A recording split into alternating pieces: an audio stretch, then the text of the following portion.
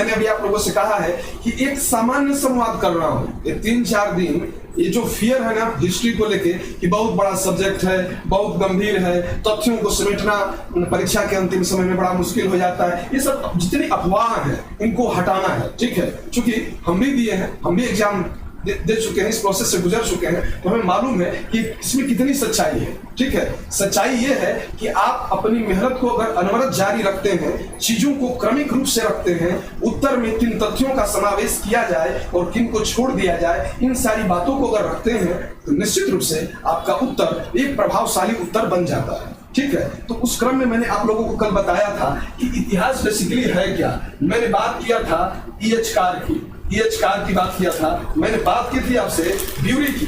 मैंने कहा था कि EH कार की एक पुस्तक है व्हाट इज हिस्ट्री, जिसमें वो कहते हैं कि वर्तमान और भूत के मध्य एक संवाद है, एक डायलॉग है। देखिएगा, हम कभी भी किसी लक्ष्य को भेदना चाहते हैं तो हम तीर की कमान को खींचते हैं, तो अपने जब तीर की कमान को लक्ष्य को भेदने के लिए खींचा जाता है तो वो अपने कान के पीछे तक ले जाया जाता है। कान के पीछे तक ले जाना भूत की तरफ ही जाना है, वो कहीं ना कहीं भूत की तरफ ही इशारा करता है। यानी कि अगर आपके अपने लक्ष्य को भेदना है तो आपको भूत की तरफ देखना होगा। अगर अपने वर्तमान को बेहतरीन तरीके से सुनिश्चित करना है तो आपको अपने भूत का भी ध्यान देना होगा। इसी तरीके से मैंने कुछ बात आप लोगों से कही थी कि देखिए इतिहास बेसिकली है क्या, तो मैंने जोड़ा था अथर्ववेद से। अथर्ववेद में इतिहास शब्द का पहली बार प्रयोग किया गया, जिसमें यही नहीं, प्रयोग ही नहीं, महज यह भी कहा गया कि अथर्ववेद का एक उपवेद के रूप में है इतिहास। किस वेद के रूप में? उपवेद के रूप में। ठीक है, फिर मैंने बात की थी चाणक्य की कि आचार्य चाणक्य कहते हैं कि एक राजा को कुछ प्रहर, अपने समय का कुछ प्रहर इतिहास श्रवण में बिताना चाहिए, अर्थात इसकी महत्ता को वहां से भी मैंने उजागर किया था। बाद में मैंने बात की थी महाभारत की कि महाभारत जो दुनिया का सबसे बड़ा डाइजेस्ट माना जाता है, एक बड़ी ग्रंथ मानी जाती है, उसमें भी कहा गया कि धर्मार्थ काम मोक्षाणाम उपदेशम समन्वितम पूर्ववृत्ति कथायुक्तम इतिहास प्रचक्षते।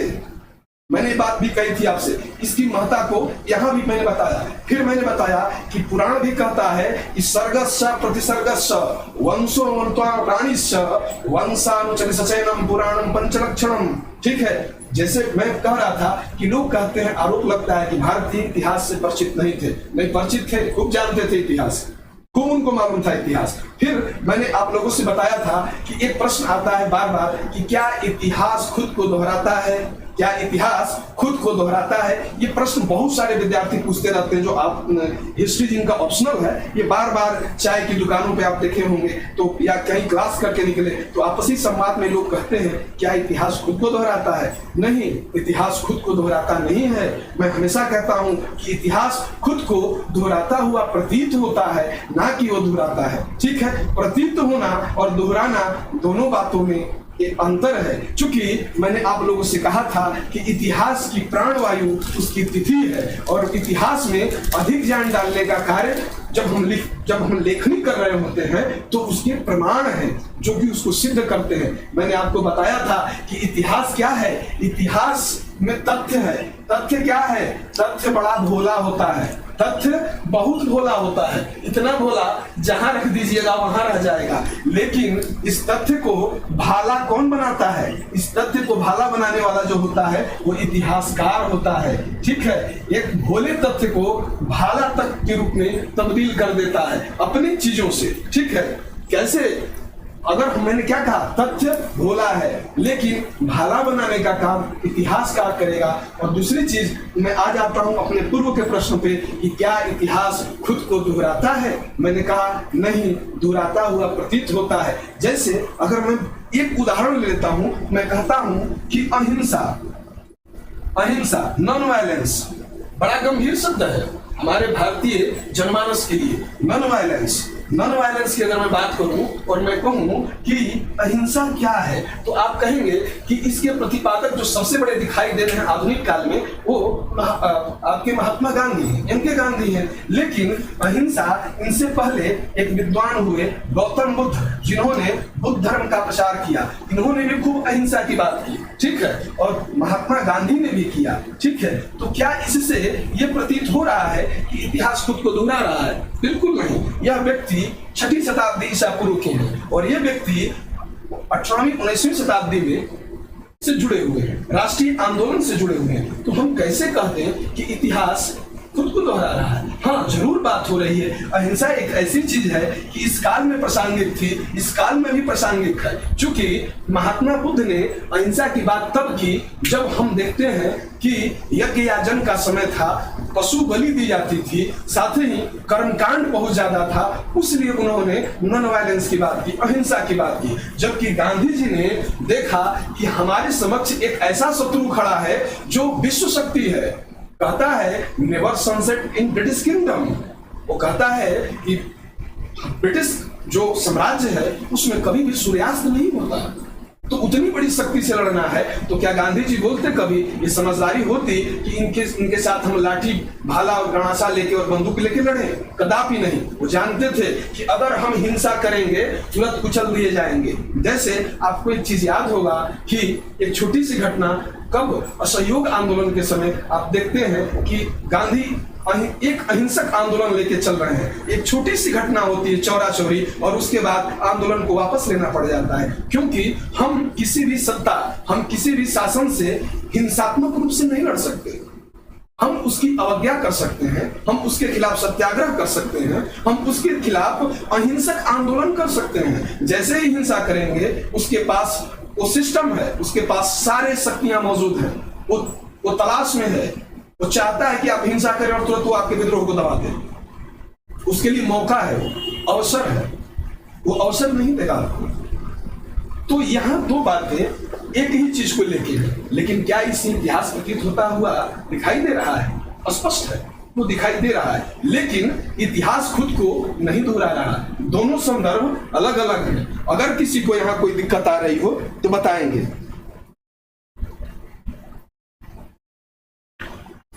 अगर यहाँ किसी को कोई समस्या आ रही होगी तो आप बताएंगे कि क्या आपको कोई दिक्कत आ रही है। मेरी बात आप लोगों को ठीक ठीक समझ में आनी चाहिए। देखिए, मेरे आने का, आप लोगों से जुड़ने का मूल ध्येय ही यही है। ठीक है, गुड इवनिंग एवरीवन। आप लोग आते जाइए, जुड़ते जाइए। देखिए, जितना आप लोग जुड़ते जाएंगे, जितने लोग मेरे साथ जुड़ेंगे तो मेरे लिए बेहतर होता है। बहुत सारे विद्यार्थी वीडियो बाद में देखते हैं, ठीक है, हो सकता है कि आप कार्यशील हो, आप कहीं कार्य में हो, आपको समय न मिलता हो, कोई बात नहीं। मैं नहीं कहता कि आप ऑनलाइन ही आइए, लेकिन जो भी मेरे साथ रहिए, जिस तरीके से रहिए, आप पूरे मनोयोग से रहिए ताकि हम चीजों को आगे बढ़ा सकें। देखिए, मैंने आज बात क्या की, कल की चीजों को थोड़ा सा आगे बढ़ाने का प्रयास किया, अभी फिर थोड़ा सा और आगे लेके चल रहा हूँ इतिहास में। ठीक है, अब इतिहास में कल मैंने बात किया था भारतीय इतिहास के स्रोतों के बारे में, कि भारतीय इतिहास के मूल रूप से स्रोत क्या है। मैंने उनको डिफाइन करते हुए कुछ तथ्य आपके सामने रखे भी थे। मैंने बताया था कि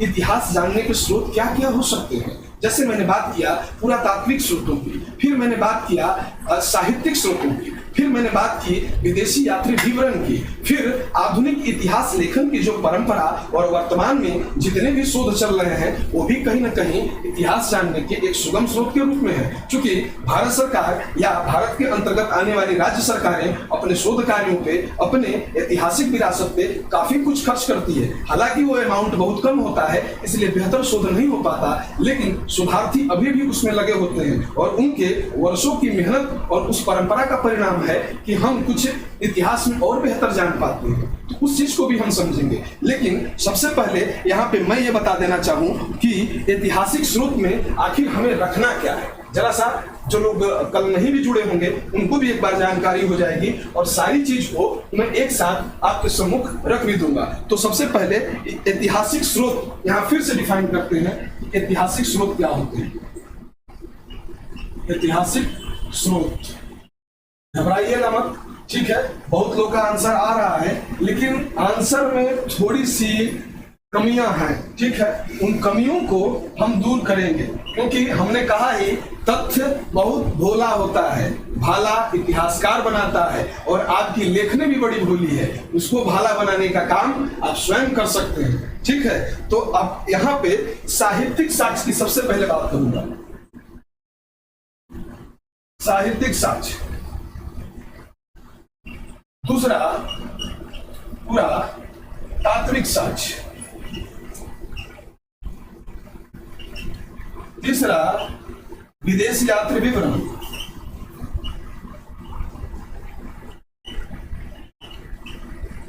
चौथा, जो वर्तमान में कह लीजिए कि प्राचीन भारतीय इतिहास के आधुनिक लेखन।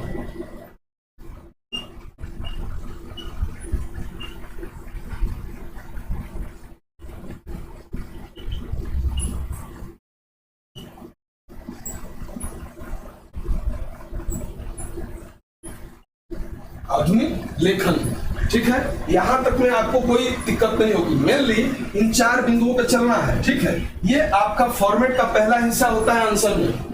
आप लिखने क्या जा रहे हैं?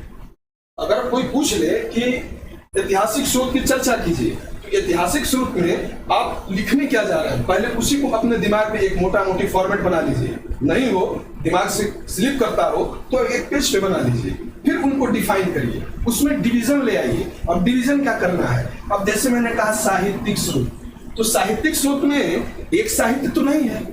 साहित्यिक स्रोत में एक साहित्य तो नहीं है, इसमें कई साहित्य हैं। जैसे मैंने कहा ब्राह्मण साहित्य, पहला ब्राह्मण साहित्य, तो यहाँ लिख लेते हैं पहला, यहाँ पे कर लेते हैं ब्राह्मण साहित्य। ब्राह्मण साहित्य, और ब्राह्मण साहित्य में भी 2 साहित्य है। एक नास्तिक साहित्य है, ठीक है, और एक, क्षमा करिएगा, थोड़ा आप लोग को दिख रहा होगा, यहां से दिख रहा है, क्लियरिटी है, किसी को दिक्कत तो नहीं आ रही है? ज्यादा नीचे हो रहा है तो ठीक है। यहां पे कर लेते हैं एक वैदिक साहित्य और ये अवैदिक साहित्य। अवैदिक साहित्य, अवैदिक साहित्य। दूसरी बात मैं अगर करूं तो मैं कहूंगा कि एक दूसरा जो इसी के साथ जुड़ा हुआ है वह है नास्तिक साहित्य। नास्तिक साहित्य मैंने कल डिफाइन किया था, इन सब चीजों को फिर से एक बार डिफाइन कर दूंगा। घबराइएगा मत कि सर कल क्या बोले थे, कल की क्लास में हम नहीं थे। एकदम चिंता करने की आवश्यकता नहीं है, अभी भी हूं, आगे भी रहूंगा, ठीक है। जो तीसरी चीज है वह है लौकिक ग्रंथ। कौन है? लौकिक ग्रंथ। लौकिक ग्रंथ, ठीक है। मैंने यहां लिखा ब्राह्मण साहित्य, नास्तिक साहित्य और लौकिक ग्रंथ। फिर यहाँ पे मैंने ब्राह्मण साहित्य को 2 भागों में बांट दिया, एक है वैदिक साहित्य और एक है अवैदिक साहित्य। ठीक, यहाँ तक एकदम क्लियर होगा आप लोगों को। दूसरी चीज मैं बात कर रहा हूँ अब पुरातत्व की, कि भाई पुरातत्व क्या होता है। तो मैंने सबसे पहले आपको डिफाइन किया था कि पुरातत्व में अगर हम किसी चीज को सबसे पहले शामिल करते हैं तो उसे कहते हैं अभिलेख। क्या बोलते हैं? अभिलेख। पहली चीज अभिलेख। दूसरा मैंने कहा मुद्रा। क्या बोला? मुद्रा। मुद्रा भी इंपॉर्टेंट चीज है। तीसरा मैंने बोला था स्मारक। स्मारक या उनके द्वारा अन्य जो कृतियां बनाई गई हैं, जो भवन कह सकते हैं, ठीक है, भवन, या उनके द्वारा दुर्ग बनाए गए हैं, उनके द्वारा जो किले बनाए गए हैं, कहीं ना कहीं वो भी हमारे इतिहास जानने के एक बेहतरीन स्रोत के रूप में है। फिर मैंने बात किया था यात्री विवरण में। तो देखिए यात्री विवरण में मैंने कहा था यूनानी। पहला बात यूनानी। दूसरा अरबी यात्री या मुस्लिम जो आक्रमण हुए, चाहे वो तुर्की हो चाहे अरबी आक्रमण, उस समय भी कई विद्वान भारत में प्रवेश किए। मैंने कुछ एक नाम भी लिया था आपसे, फिर से नाम लूंगा। और तीसरा चीनी साहित्य या चीनी यात्री, ठीक है, कह लीजिए चीनी यात्री। और देखते हैं हम कि एक चीनी यात्री है जिसे यात्रियों का राजकुमार होने का गौरव प्राप्त है, ठीक है। 138 देश का विवरण एक महज पुस्तक में। पुस्तक का नाम CUK और राइटर कौन? Hiuen Tsang. ध्यान रखिएगा, वेन सांग, फाहियान, इति सिंह, सुंगयून, ये सब किससे जुड़े हुए हैं? चीन से जुड़े हुए लोग, क्योंकि हमारा पड़ोसी राष्ट्र है तो अक्सर हमारा उससे संबंध रहा है और प्राचीन काल से संबंध रहा है। हाँ, धारा है, चीजें सीमाएं लगती हैं एक दूसरे से। क्या होता है, थोड़ा बदलाव आ जाता है, मनमुटाव हो जाता है आपस में। जब आदमी होता है तो क्या होता है, जब सीमाएं एक दूसरे से टच कर रही होती हैं तो क्या होता है, थोड़ी सी उसमें दिक्कतें आ जाती हैं, कभी कभी परिस्थितियां बदल जाती हैं। उसको ध्यान नहीं देंगे, लेकिन वहां से जो हमारे काम की चीज है उसको ले लेंगे। बड़ी आश्चर्यजनक रूप से आप लोग को बता दूं एक चीज कि बुद्ध जो जन्म है, बुद्ध का जन्म कब हुआ, बुद्ध का उपदेश, बुद्ध के द्वारा जो क्रियाकलाप है, इन सारी चीजों की जानकारी हमें कहीं ना कहीं चीनी स्रोतों से ही मिलती है। और उसमें कैंटोन अभिलेख का आपने बहुत लोगों ने नाम सुना होगा या पढ़ा होगा। कैंटोन अभिलेख वो चीन से जुड़ा हुआ है और चीनी साहित्य से निकल के आता है। तो कहीं ना कहीं चीनी साहित्य हमारे लिए बहुत ही ज्यादा प्रमाणिक चीजें उपलब्ध करा रही है, तो ये हमारे लिए काम की है। दूसरा चीज मैंने कहा, चौथा, प्राचीन भारतीय इतिहास का आधुनिक लेखन। ठीक, इसको अगर क्वेश्चन समग्र रूप से और एक बड़े रूप में आ रहा है, अगर किसी स्पेशल पे नहीं है या साहित्य के माध्यम से इतिहास नहीं जानना चाहता, पुरातत्व के माध्यम से नहीं जानना चाहता, विदेशी यात्री के विवरण से नहीं जानना चाहता, प्राचीन भारतीय इतिहास का आधुनिक लेखन से नहीं जानना चाहता, लेकिन वो कह रहा है कि टोटल समस्त ऐतिहासिक स्रोत के आधार पे जितने भी है भारतीय इतिहास जानने के स्रोत, तो ये चारों ही बिंदु आएंगे। चाहे वो क्वेश्चन 125 शब्द का हो, चाहे वो क्वेश्चन 150 हो, चाहे 200 हो, 500 हो, या लॉन्ग में लॉन्ग जितना हो। ध्यान रखिएगा, अब शॉर्ट करना आपका काम है। कैसे, उसके लिए भी मैं विधि बताया हूं। मैं बोला कि अपने आप को इस तरीके से डेवलप किया जाए या लेखन का इस तरीके से प्रयास किया जाए। अब जैसे मैंने एक फॉर्मेट तैयार कर लिया, ठीक है, अगर मुझे इसे 125 शब्द में लिखना है तो इसमें जो भी तथ्य हमारे जाएंगे वो प्रमाण के साथ शॉर्ट में जाएंगे, बहुत छोटे छोटे तथ्य जाएंगे। लेकिन जब इन्हें बड़ा करना होता है तो हम इनकी बातों को थोड़ा और बड़ा कर देते हैं, वो भी बताऊंगा आगे। लेकिन कल की बात मैंने यहां तक आप लोगों से की है, आप लोग मुझसे जुड़े रहे हैं, ठीक, इतना तक नहीं कि ये है ऐतिहासिक स्रोत। ठीक, यहां तक में किसी को दिक्कत हो तो बताएं।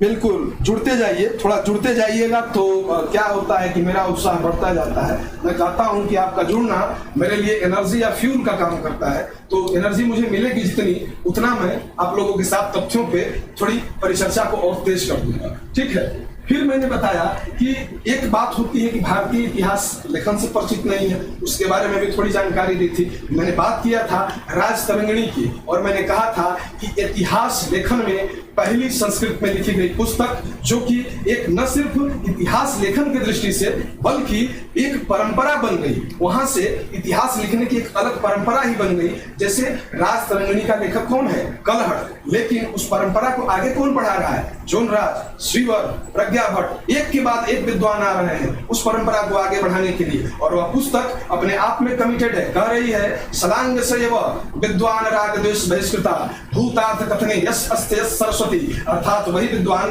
तारीफ के काबिल है जो राग द्वेष से मुक्त होकर एक ग्रंथ की रचना करता है। यानी कि उस पर कोई राज दरबार का दबाव नहीं है, उस पर किसी राजा का दबाव नहीं है, उस पर किसी अर्थ का दबाव नहीं है, बल्कि स्वतंत्र रूप से एक ग्रंथ की रचना कर रहा है। तो वो चीज को भी ध्यान रखना होगा कि कैसे हमारा इतिहास प्राचीन काल से ही समृद्धि की ओर जा रहा है, वो धीरे धीरे कैसे आगे बढ़ रहा है। और बाद के इतिहासकार जो आ रहे हैं, जो हमने चौथा नंबर टॉपिक दिया है, इन्होंने तो पूरे इतिहास का जो ढांचा था उसी को ही क्लैरिफाई कर दिया पूरी तरीके से। वो कैसे किया है इसके बारे में भी बताएंगे। जो शोधार्थी होंगे, जो नेट जेआरएफ करते हैं, बाद में शोध करने के लिए पीएचडी वगैरह करते हैं, तो ध्यान रखे होंगे कि कैसे यहाँ पे कार्य होता है। लेकिन हमेशा ध्यान रखिएगा कि पूर्व में रखी हुई जो मानसिक अवधारणा है उसके आधार पे इतिहास का कदापि लेखन न करें। जैसे वो कहते हैं ना कि पूर्वाग्रह से ग्रसित हो गए, औरंगजेब कहे औरंगजेब कैसा शासक है, या कह लें कि मुगलों की नीति हिंदू धर्म के विरोध थी या हिंदू विरोधी नीति है, या मुगल नीति हिंदू विरोधी दिखाई देती है औरंगजेब के समय। नहीं, बिल्कुल नहीं। उसको अपने प्रमाण पे जांच लें, पहले समझ लें कि क्या वाकई में औरंगजेब इस तरीके का दिखाई देता है। क्या अकबर ने जो गंगा जामुनी संस्कृति का जो प्रतिपादन किया वो किस हद तक सफल था। ठीक है, पूरी तरीके से प्रमाण पे पहले कसें। कोई भी प्रश्न आ जाए, किसी तरीके का प्रश्न आ जाए, मेरा कहने का मतलब है कि कोई भी प्रश्न हो, किसी भी किदवंती बात के आधार पे, सुनी सुनाई बात पे बिल्कुल विश्वास न करें। बिकॉज आप सिविल सर्विस एस्पिरेंट हैं, आप अपने तर्क का इस्तेमाल करें। जितना तार्किक रहेंगे उतनी आपको आंसर या लेखनी में उतना ज्यादा बेहतरीन झलकेगा, बेहतरीन दिखाई देगा, वो एक एकदम सुगम दिखाई देगा। ठीक है, तो उस चीज को, उस परंपरा को आगे बढ़ाते हैं। जैसे अगर मुझसे कोई पूछता है कि क्या औरंगजेब की नीति हिंदू विरोधी थी, मैं कहता हूं नहीं, औरंगजेब बद नहीं बदनाम था। औरंगजेब बद नहीं बदनाम था। क्यों बदनाम था, उसके बारे में जब हम मध्यकाल पढ़ेंगे तो समझेंगे ठीक ठीक से कि औरंगजेब बद नहीं है। बद मतलब बुरा नहीं है, बदनाम है। कैसे बदनाम है उसके बारे में फिर भी छोटा सा एक चर्चा कर लेते हैं कि देखिए, औरंगजेब को जब आप पढ़ते हैं तो आपने ध्यान दिया होगा कि औरंगजेब जिस काल परिस्थिति में जन्मा वो मध्यकाल कहलाता है, और जिसका वो पुत्र है उसे कहते हैं शाहजहां। उसके 4 पुत्र हैं, दारा, शुजा, मुराद और औरंगजेब। औरंगजेब कभी भी शाहजहां का प्रिय नहीं है, कभी भी वो ऐसा नहीं है कि वो शाहजहां के बाद मुगल सत्ता को संभाल लेगा। वहां पे दावेदारी शाहजहां पहले ही दारा को दे रखा है, दारा सिकोह जो कि एक धार्मिक सहिष्णु शासक है। ठीक है, अपनी नीतियां औरंगजेब पहले ही डिफाइन कर चुका था, क्योंकि उस समय जो वर्ग था, जो शासन प्रशासन में लोग थे, वो इस्लामिक चीजों से जुड़े हुए थे या मुसलमान अधिकतर थे, उसमें अधिकांश मुसलमान हैं। तो वो क्या कर रहे हैं, वो क्या कर रहा है, वो प्रशासन को अपने पक्ष में लेने के लिए, वो अपने लोगों को अपने पक्ष में लेने के लिए इस तरीके की नीतियों का प्रतिपादन कर रहा है। जैसे अगर एक बात और उठा लें, जैसे शिवाजी को कैद किया गया, कहाँ लाया गया, आगरा में। लेकिन शिवाजी अगर जब आगरा में थे तो आपने देखा होगा कि शिवाजी यहाँ से आने के लिए चाहते तो बड़ी आराम से यहाँ राजपूताना क्रॉस करते, चूंकि हिंदू राज्य था, और यहाँ से वो मराठावाड़ा आ जाते या महाराष्ट्र घुस जाते। लेकिन शिवाजी ने ऐसा नहीं किया। शिवाजी ने उड़ीसा और इस रास्ते को चुना, यानी उड़ीसा होते हुए शिवाजी महाराष्ट्र में प्रवेश करते हैं, यानी कि पश्चिम में जाकर आगरा से वो पूरब की तरफ जाते हैं और पूरब से पुनः महाराष्ट्र की तरफ प्रवेश करते हैं। अगर ऐसे ही परिस्थितियां थी तो जो राजपूताना के शासक थे वो तो हिंदू थे, वो तो शिवाजी की सहायता कर सकते थे। लेकिन शिवाजी जानते थे कि नहीं, सिर्फ मेवाड़ और मारवाड़ से हिंदू नहीं बनता। ठीक है, जितने भी वहां के सीपे सालार थे या जो भी राजा थे स्थानीय या क्षेत्रीय, वो सब औरंगजेब से जुड़े हुए थे। ठीक, अगर शिवाजी ये रास्ते को चुनते तो शिवाजी पकड़े पुनः जा सकते थे, इसीलिए उन्होंने इस रास्ते को चुना। अतः यहाँ कहा जा सकता है कि नहीं, औरंगजेब की जो नीति थी वो हिंदू विरोधी नहीं थी। अगर हिंदू विरोधी होती तो हम भारतीय इतिहास में जानते हैं कि सर्वाधिक मुगल मनसबदारों की जो संख्या है, मुगल मनसबदारों में जो हिंदू सरदारों की संख्या है वो सबसे किसके समय है, औरंगजेब के समय है। यानी कि मुगल जो मनसबदार हैं, जो हिंदू मनसबदार हैं, वो सर्वाधिक औरंगजेब के समय दिखाई देते हैं। आखिर ये मनसबदार इतने क्यों थे? अगर हिंदू विरोधी नीति थी तो इतने सारे मनसबदारों को अपने साथ नहीं रखना चाहिए था, वहां तो मुस्लिम मनसबदार होने चाहिए थे, लेकिन ऐसा नहीं था। दूसरा चीज, एक और तर्क ले लेते हैं। जैसे हम कहते हैं कि औरंगजेब की नीति हिंदू विरोधी है, जब जैसे ही हम पढ़ते हैं क्या उत्तराधिकार का युद्ध, जैसे दारा, शुजा, मुराद और औरंगजेब में जो आपसी युद्ध होता है, तो हम देखते हैं कि कई क्षेत्रीय राजा भी इसमें हिस्सा लेते हैं। तो हम ये पाते हैं कि दोनों ही खेमे से, चाहे दारा का खेमा हो चाहे औरंगजेब का खेमा हो, दोनों ही खेमों से, दोनों तरफ से हिंदू मनसबदार या राजपूत मनसबदार उपस्थित दिखाई देते हैं। तो ऐसा कैसे कह सकते हैं कि उसकी नीति हिंदू विरोधी थी? हाँ, कुछ स्तर तक, कुछ हद तक ये जरूर कहा जा सकता है कि हिंदू मानवीय भावनाओं का लोप हुआ। कुछ चीजें जो धार्मिक चीजें थी उनका क्या हुआ, खंडन हुआ, या चीजें थोड़ी सी पक्ष से विपक्ष की तरफ गई। ठीक है, लेकिन पूरी तरीके से इस बात को कह देना क्या सामीची नहीं होता। ठीक है, तो उसको हम समझने का प्रयास करेंगे। फिर भी आप लोग कई उत्तर लिख रहे हैं और कई लोग बेहतर उत्तर लिख रहे हैं। ठीक है, बहुत बढ़िया लिख रहे हैं। आप लोग प्रयास करते रहिए इसी तरीके से। ठीक है, वो बिल्कुल उन उत्तरों का मैं स्वागत करता हूं और उन चीजों को मैं आशा करता हूं और इस विश्वास से आपके साथ खड़ा हो रहा हूं कि आप अपने उत्तर लेखन में और इजाफा लाएंगे। देखिए, लेखनी एक ऐसी चीज होती है, किसी एक दिन का प्रयास नहीं होती है, बल्कि हमारे द्वारा किए गए अनवरत कर्तव्यों का प्रयास है। ठीक है, आप रोज रोज करते हैं ना। मैं अब शुरुआत की क्लास से बोल रहा हूँ कि साल्विन टेम्पल की एक कहावत आप हमेशा याद रखिएगा, मुझे उस फाइटर से डर नहीं लगता जो 1000 कला जानता है, मुझे उस फाइटर से डर लगता है जो एक कला का अभ्यास 1000 बार करता है। तो उस अवधारणा को यहाँ यूपीएससी, यूपीपीसीएस या बीपीएससी या जेपीएससी के लिए लगाइए। 100 किताबें मत पढ़िए, एक किताब को 100 बार पढ़िए, वो आपको सफलता तक ले जाएगी, वो आपके हड़प को खत्म करेगी, आपके मन में जो वहम या भ्रम है उसको वो समाप्त करेगी और आपको एक सुगम रास्ता या सुगम उपाय प्रदर्शित कराएगी। इस आशा से पढ़िए और उस आशा से लिखिए। ठीक है, आगे मैं बढ़ता हूँ, अपनी बात को थोड़ा सा और आगे की तरफ ले जा रहा हूँ। जैसे मैंने कल कुछ दृष्टिकोण की भी बात की थी आपसे, ऐतिहासिक दृष्टिकोण की मैंने बात की थी। ऐतिहासिक दृष्टिकोण के अंतर्गत मैंने कहा था कि इतिहास जो लेखन होता है या इतिहास जो बनता है वो किस तरीके से बनता है। जैसे मैंने आपसे कहा कि इतिहास व्यक्ति मूलक होता है, फिर मैंने कहा कि इतिहास परिस्थिति मूलक होता है, फिर मैंने कहा कि इतिहास समष्टि मूलक होता है। मैंने इन सारी बातों की चर्चा करते हुए आपसे कहा था कि इतिहास न व्यक्ति निष्ठ है, न ही परिस्थिति मूलक है, बल्कि वो समष्टि मूलक है। कैसे? ये दोनों ही परिस्थितियां इतिहास को प्रभावित करती हैं। मैंने कुछ उदाहरण आपके सामने रखे थे, छोटे छोटे उदाहरण मैंने दिए थे।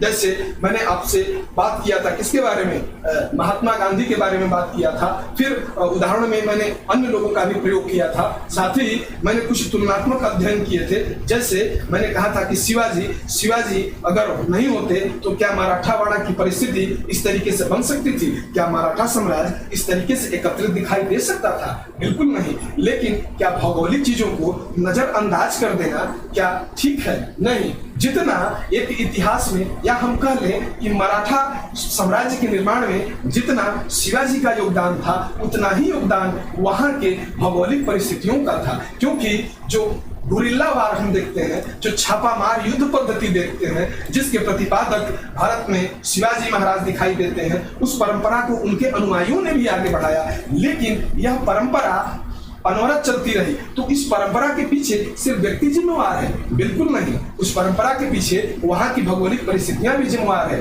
बड़े बड़े पहाड़, जंगल, झाड़, जहां पे मैदान का अभाव है, पहाड़ी क्षेत्र समग्रता से है, वहां पे क्या हुआ? वहां पे एक ऐसी युद्ध पद्धति शुरू की गई, एक ऐसा युद्ध स्थल तैयार किया गया जिससे छिप के सामने न जाके बल्कि छिप के शत्रु पे वार करना। ये तो छापामार युद्ध पद्धति है, गोरिल्ला युद्ध पद्धति है, बल्कि आमने सामने मुठभेड़ न करके छिप के वार करना। ठीक है, इन सारी चीजों की मैंने चर्चा आप लोगों से की थी। ठीक है, उसकी भी बात मैंने आप लोगों से सम्मुख रख दी है। अब बात थोड़ा अलग दृष्टिकोण की करें।